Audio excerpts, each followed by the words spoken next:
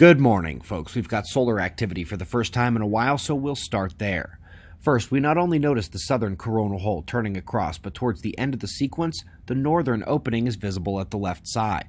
While sunspots still remain absent, we are continuing to see the ramp up of magnetic active areas. The two brighter spots on the left incoming are a sign that the next sunspot cycle is ramping up. The solar wind ramped up overnight as Earth encountered an intensified plasma stream from the leading portion of the southern coronal holes.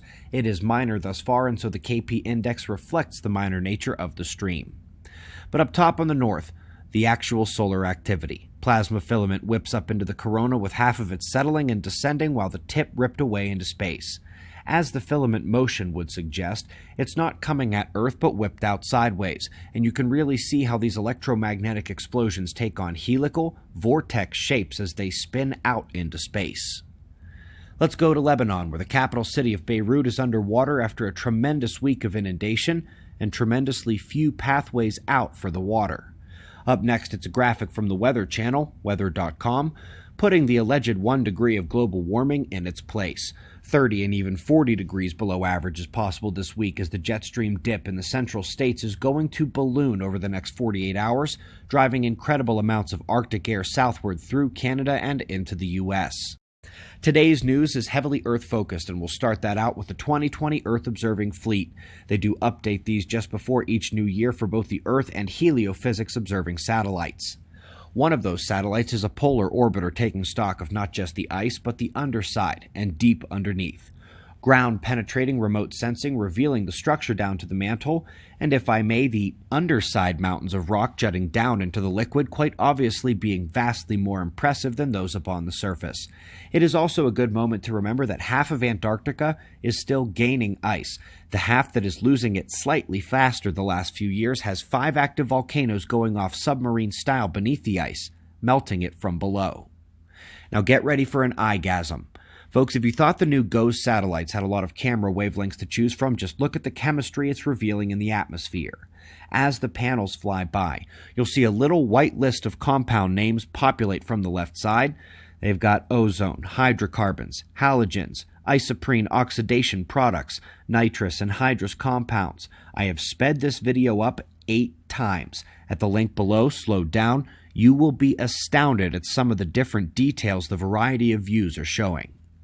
Got a little transition out into space before bringing it back home to close.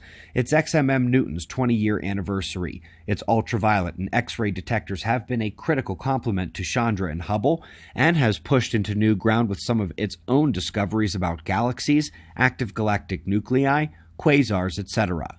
Tons of images and info at the Newton links today. Up next is a strong response paper to one that came out last week, which I did read, but saw no reason to share until this one. The retort was made to a claim last week that all evidence is still pointing to accelerating expansion of the cosmos.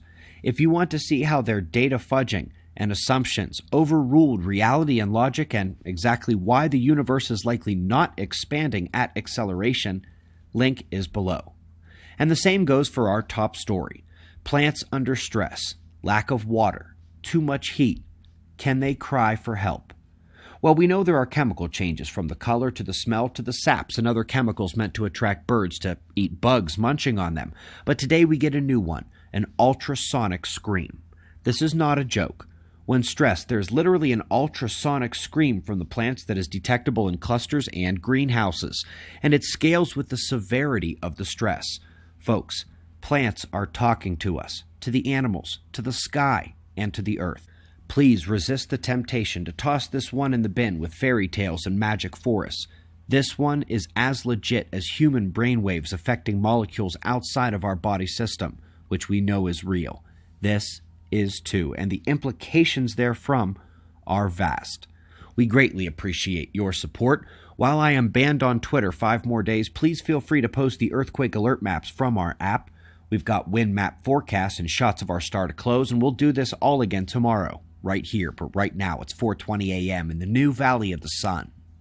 Eyes open, no fear. Be safe, everyone.